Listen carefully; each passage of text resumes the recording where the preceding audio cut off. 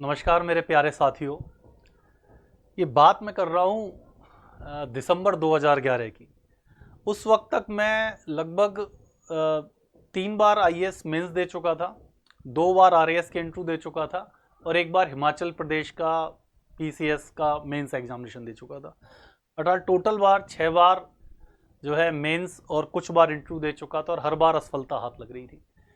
काफ़ी बड़ी चुनौती भी सामने आ रही थी कि आगे क्या रास्ता अपनाया जाए, किस दिशा में आगे चला जाए। तभी एक ध्यान आया, दिमाग में विचार आया कि क्यों ना यार नेट जेआरएफ का पेपर दिया जाए। मेरे साथी लोग दिल्ली में दिया करते थे, लेकिन मेरा कभी उस तरफ रुझान नहीं रहा। मुझे लगा कि एडमिनिस्ट्रेशन में ही जाना चाहिए। लेकिन जब लगातार जो एक असफलताओं का दौर चला तो लगा कि यार अब थोड़ा सा एक भविष्य को सिक्योर करने की आवश्यकता है। ये सब मैं बातें आपको इसलिए बता रहा हूँ ताकि आप जान सकें कि कई बार कोई एक परीक्षा में सफलता आपके जीवन को कितना चेंज कर देती है। ये मैं अपने अनुभव से आपको बताने का प्रयास कर रहा हूँ। तो मुझे लगा कि यार मुझे नेट जेआरएफ देना चाहिए और फिर मैंने 2012 की शुरुआत में जब नेट जेआरएफ का फॉर्म निकला तो मैंने वो अप्लाई कर दिया। अच्छा, मजे की बात क्या थी कि ये जो पेपर हो रहा था जून 2012 में, ये पहली बार एमसीक्यू बेस्ड पेपर होने जा रहा था।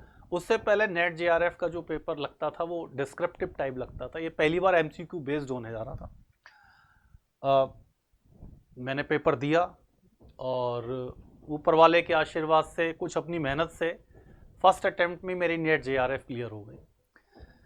यहाँ से जो मेरे जीवन में चेंज आया उसका आप अनुमान लगा सकते हैं कि उसके बाद फिर मैंने उसी साल बीएड भी करी 2012 में ही। और उस बार जो स्कूल लेक्चरर का पेपर आया 2000, जिसकी शायद 13-14 में निकला था, पोस्टिंग 15 में हुई थी। फर्स्ट अटेम्प्ट में स्कूल लेक्चरर में मेरी 16th रैंक थी। उसके बाद मैंने आरएएस भी देना जारी रखा था। 2012 में जो वैकेंसी निकली थी इसका रिजल्ट 15 में आया था, उसमें मेरा एलाइड सर्विस में चयन हुआ। इसी बीच असिस्टेंट प्रोफेसर की वैकेंसी निकली, वो पेपर भी दिया जिसका रिजल्ट 2018 में आया था। ऑलमोस्ट 4 ईयर्स के बाद उसमें भी मेरी 4th रैंक आई। तो रैंक आना कोई बड़ी बात नहीं है। मेरे से बहुत अच्छी अच्छी रैंक, बहुत अच्छी सफलताएं दूसरे लोग लेते हैं। मैं तो बहुत ज़्यादा संघर्ष करके कुछ थोड़ी बहुत सफलता प्राप्त कर पाया। लेकिन एक जो चीज़ मैं आपको बताने का प्रयास कर रहा हूँ कि किस प्रकार नेट जेआरएफ होने के बाद मेरे अंदर जो एक मेरा आत्मविश्वास टूट चुका था लगातार 6-6 बार एग्जाम देके, वो कॉन्फिडेंस बिल्डअप हुआ मेरे अंदर। दूसरा, मेरे लिए एक अलग रास्ता खुल गया बिल्कुल कि मैं कॉलेज में भी जा सकता हूँ। तीसरा, जो मुझे सबसे ज़्यादा जिसने सपोर्ट किया वो थी स्कॉलरशिप से मिलने वाली जो है राशि, जो उस वक्त लगभग 19,200 रुपये थी पर मंथ। लेकिन मेरे लिए वो बहुत ज़्यादा थी। जितना भी स्ट्रेस था वो ख़त्म हो गया मेरे ऊपर। और जब आदमी के ऊपर स्ट्रेस ख़त्म हो जाता है ना, इकोनॉमिकली विशेष रूप से, तो आपका परफॉर्मेंस बहुत सुधरता है। और मैं कई बार ये सोचता हूँ यदि मैंने नेट जेआरएफ पहले कर ली होती, 2005-6 में कर ली होती, तो शायद मेरा और बहुत अच्छी जगह सिलेक्शन होता। काफ़ी देर कर दी मैंने। इसलिए मैं हमेशा अपने प्यारे स्टूडेंट्स को बोलता हूँ कि आप कोई भी बड़े एग्जाम की तैयारी करने जा रहे हैं, आईएएस की, आरएएस की, असिस्टेंट प्रोफेसर की, कम से कम पहले आप नेट जेआरएफ की परीक्षा जरूर उत्तीर्ण कर लें। मुझे लगता है कि हर स्टूडेंट को नेट जेआरएफ की परीक्षा उत्तीर्ण ही करनी चाहिए। क्यों, उसका उदाहरण आप समझ ही सकते हैं। आप असिस्टेंट प्रोफेसर बनने के लिए एलिजिबल हो जाते हैं, किसी भी प्राइवेट यूनिवर्सिटी में पढ़ाने के लिए एलिजिबल हो जाते हैं। सबसे इंपॉर्टेंट, यदि नेट के अंतर्गत आपकी जेआरएफ हो गई है, जूनियर रिसर्च फेलोशिप हो गई है, तो आज की तारीख में तो आपको 40,000 रुपीज़ पर मंथ मिलने लग जाता है। और यदि आप एसआरएफ में कन्वर्ट कर लेते हो 2 साल के बाद, तो राशि ऑलमोस्ट 50,000 रुपीज़ पहुंच जाती है। और एक स्टूडेंट के लिए इतनी अच्छी राशि है कि वो एक तो मानसिक प्रेशर से मुक्त हो सकता है, अपनी तैयारी को बहुत ज़्यादा वो दबाव और तनाव से मुक्त कर देता है। और जब कोई छात्र तनाव से मुक्त होकर तैयारी करता है तो उसका जो परफॉर्मेंस होता है, उसकी जो आउटपुट निकलता है, वो अनएक्सेप्शनल होता है। और मुझे ये अपने व्यक्तिगत जीवन से मेरे समझ में आया। लेकिन नेट और विशेष रूप से जेआरएफ करना यदि इतना ही सरल होता तो हर नेट देने वाला नेट क्वालिफाइड होता, जेआरएफ होता। क्योंकि यदि 100 लोग नेट का फॉर्म भर रहे हैं तो उनमें से लगभग 6 लोगों की नेट होती है। और जो नेट पास करते हैं उनका मात्र 10% ही जो है उसको जेआरएफ मिलती है। तो हमारा उद्देश्य यही है कि हम कैसे फर्स्ट अटेम्प्ट में ही अपनी नेट जेआरएफ की परीक्षा उत्तीर्ण कर लें, ये हमारा सबसे बड़ा उद्देश्य है। और इसके लिए जैसे कि मैंने बताया कि जयपुर में 11 मई से ऑनलाइन और ऑफलाइन दोनों का बैच स्टार्ट होने जा रहा है। जो मेरा हिस्ट्री 360 का कार्यक्रम है, जो कि मैंने आपसे अनेक बार चर्चा की है, जिसके अंतर्गत net JRF, set, assistant professor, TGT, PGT सारे के सारे सिलेबस जो हैं वो क्रमगत रूप से आपको कंप्लीट कराए जाएंगे, जिसका पहला पिलर ही जो है वो नेट जेआरएफ है। जैसा कि यदि हम रणनीति की बात करें कि भाई ऐसा क्या माध्यम अपनाया जाए कि अगर आप जून वाले बैच में मेरे साथ आ रहे हैं, 11 मई से जो बैच स्टार्ट हो रहा है, तो अगले दिसंबर में जो होने वाला नेट है उसको ना केवल नेट को क्वालिफाई कर सकें बल्कि जूनियर रिसर्च फेलोशिप भी प्राप्त कर सकें। तो थोड़ा सा इसके सिलेबस को देखते हुए मैं इस बात की चर्चा करूंगा कि आप कैसे सफलता प्राप्त कर सकते हैं मेरे साथ जुड़कर। यदि परीक्षा के पैटर्न को देख लिया जाए तो कंप्यूटर बेस्ड पेपर होता है, हिस्ट्री के 100 क्वेश्चंस आते हैं 200 मार्क्स के, और ये जो 100 क्वेश्चन आते हैं ये 10 यूनिट्स में बटे रहते हैं। कितने? 10 यूनिट्स में, हर यूनिट से 10 क्वेश्चन आते हैं।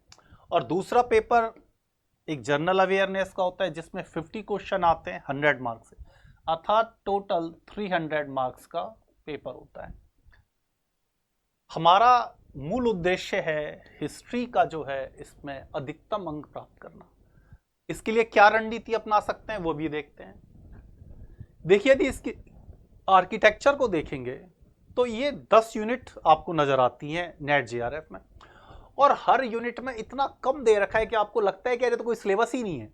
जैसे कि आप फर्स्ट यूनिट ही देख लें तो सिर्फ बता रखा है कि archaeological sources, literary sources, foreign traveller, लेकिन ये इतना डीप टॉपिक है, इतना गहन टॉपिक है कि इसको पढ़ने में और इसको समझने में बहुत क्षमता चाहिए। इसी प्रकार हड़प्पन सभ्यता, यहां पर प्री हिस्ट्री और प्रोटो हिस्ट्री का उल्लेख नहीं किया गया है, लेकिन वो भी इसके अंतर्गत सम्मिलित रहती हैं, छिपे हुए दिख नहीं रहा है लेकिन सारा का सारा इसके अंदर समाहित है। तो हमारी तैयारी का तरीका क्या होगा? देखिए, जैसे कि आपकी ऑफलाइन या ऑनलाइन, जो भी ऑफलाइन मटेरियल होगा, ऑफलाइन क्लास होगी, वो ऑनलाइन भी जाएगी, ठीक है। लेकिन यदि ऑफलाइन में आप मेरे साथ जुड़ते हैं तो और आपका मेरा रोज का 2.5-3 घंटे का संवाद होगा, हम एक दूसरे से बातें करेंगे, समझाएंगे, और जोर किस चीज पर रहेगा? जोर रहेगा कॉन्सेप्ट पर। कॉन्सेप्ट और जो व्याख्या है उस पर विशेष रूप से बल दिया जाएगा, क्योंकि जो स्टैंडर्ड आता है नेट जेआरएफ का वो बहुत हाई आता है।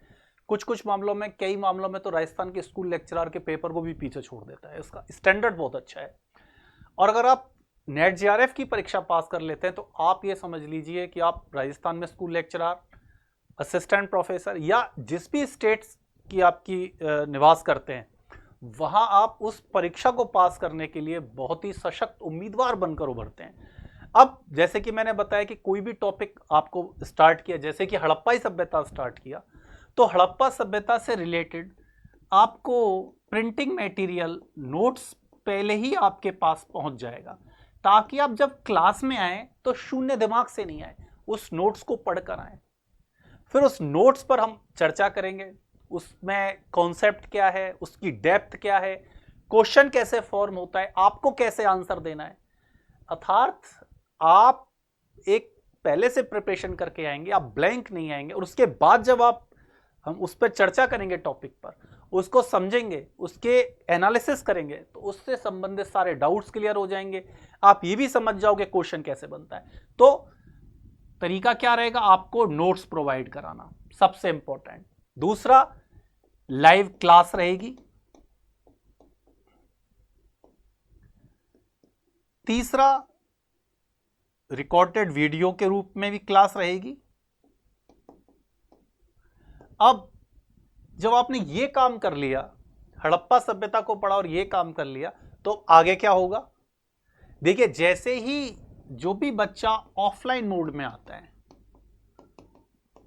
उसको ऑनलाइन का सब्सक्रिप्शन फ्री में प्राप्त होगा, और जैसे ही ऑनलाइन की क्लास क्लासरूम की जो ऑफलाइन क्लास कंप्लीट होगी वो ऑनलाइन पर अपलोड हो जाएगी। इसके साथ साथ वो 3 घंटे का जो टॉपिक है उससे रिलेटेड जो भी क्वेश्चन संभावित बन सकते हैं वो एमसीक्यू बेस्ड क्वेश्चन तभी की तभी आपको अपलोड कर दिए जाएंगे। ठीक है, यही नहीं, उस जैसे कि एग्जाम्पल हड़प्पा सभ्यता आपको मैं पढ़ा रहा हूं, तो हड़प्पा में अभी तक जो भी पीवाईक्यू आए हैं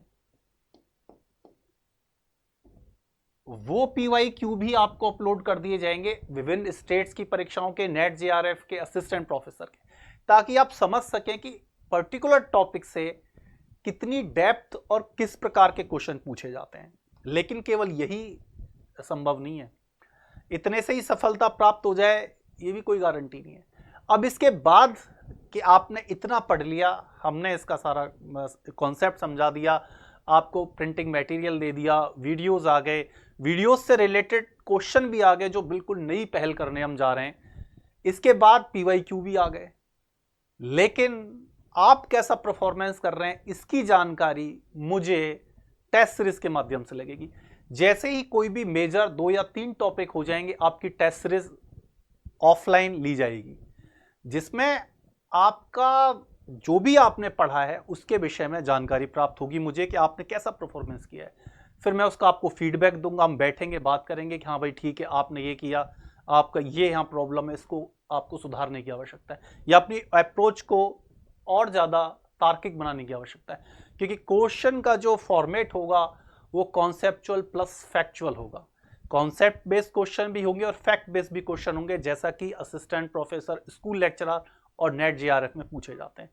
तो ये जो तैयारी होगी ये आपकी इतनी नेक्स्ट लेवल होगी कि जीरो से स्टार्ट करके बिल्कुल एडवांस लेवल पर हम आपको लेके जाएंगे। तो किसी भी प्रकार का कोई भी टॉपिक ना नोट्स के स्तर पर, ना समझने के स्तर पर, ना पीवाईक्यू के स्तर पर, ना टेस्ट सीरीज के स्तर पर कोई कमी छोड़ेगा। तो ऐसी कोई परिस्थिति नहीं होगी कि अगले 5 से 6 महीने में आपकी तैयारी पूर्ण नहीं हो जाती। यदि पर्टिकुलर हम अगली यूनिट की बात करें तो जैसा कि आप दिखा रहे हैं, अगली 3 यूनिट जो हैं मिडाइवल हिस्ट्री की हैं, देखने में बहुत छोटी लगती हैं, लेकिन एक एक छोटे छोटे टॉपिक में पूरा का पूरा हिस्ट्री समाई हुई है। जैसे कि सिर्फ मुगल और सल्तनत दे रखा है, मुगलों के अंतर्गत जितने राजनीतिक अभियान हैं, जितनी आर्थिक उसकी अर्थव्यवस्था की विशेषताएं, चाहे सल्तनत काल है, चाहे खिलजियों की बाजार नियंत्रण व्यवस्था है, हर टॉपिक इसके अंतर्गत कवर हो रहा है। इसलिए हम नहीं कह सकते कि देखने में बहुत छोटा है। यदि आप स्कूल लेक्चरर का, असिस्टेंट प्रोफेसर का सिलेबस देखेंगे उसकी तुलना में दिखता बहुत छोटा है, लेकिन क्वेश्चन उतने ही डेप्थ के आते हैं जितने की डेप्थ के आप असिस्टेंट प्रोफेसर में देखते हैं। ये तैयारी का अगला चरण होगा। फिर ये हमारी 7th, 8th और 9th यूनिट है जो कि मॉडर्न इंडिया से रिलेटेड है, और 10th यूनिट जो है बहुत इंपॉर्टेंट है, हिस्टोरिकल रिसर्च, हिस्टोग्राफी। ये जो 10th यूनिट है बहुत सारे बच्चों की ये बहुत वीक रहती है, क्योंकि इसको पढ़ाने वाले उपलब्ध नहीं है, मटेरियल अच्छा नहीं मिलता, समझाना इसको बहुत ज़्यादा टफ होता है, क्योंकि ये यूनिट सिर्फ या तो ये नेट जेआरएफ में आ रही है या ये असिस्टेंट प्रोफेसर एपी के एग्जाम में आती है। वहाँ तो ये बहुत बड़ा मेजर पोर्शन ही है, अन्य हिस्ट्री के 4 पार्ट्स के बराबर। तो ये इस पर भी विशेष ध्यान होगा, और जब आप ये यूनिट तैयार करेंगे और हिस्ट्री 360 का कार्यक्रम ज्वाइन करेंगे तो फिर आप देखेंगे जब आप यहाँ पर इसको पढ़ रहे हो और जब आप असिस्टेंट प्रोफेसर के लिए आपको पढ़ाऊंगा तो उसमें कितना अंतर होगा इसी रिसर्च वाले सेक्शन में। अगर पर्टिकुलर नेट जेआरएफ की अवधि की बात की जाए सिलेबस की, तो ऑलमोस्ट ये कंप्लीट होने में 4 से 5 महीने का वक्त लगेगा, 4 to 5 मंथ। मई में स्टार्ट होगा, मई, जून, जुलाई, अगस्त, सितंबर, ऑलमोस्ट ये मान के चलिए कि सितंबर में जाके ये जो आपका पूरा है कंप्लीट हो जाएगा। सितंबर के बाद अक्टूबर, नवंबर, दिसंबर, आपको 3 महीने फिर से मिलेंगे इसको रिवाइज करने। आप मेरे साथ तो रिवाइज करेंगे ही, क्योंकि आपका आवधिक टेस्ट मेरे द्वारा लिया जाएगा और आपके पास मटेरियल भी पहले पहुंचेगा क्लास से पहले।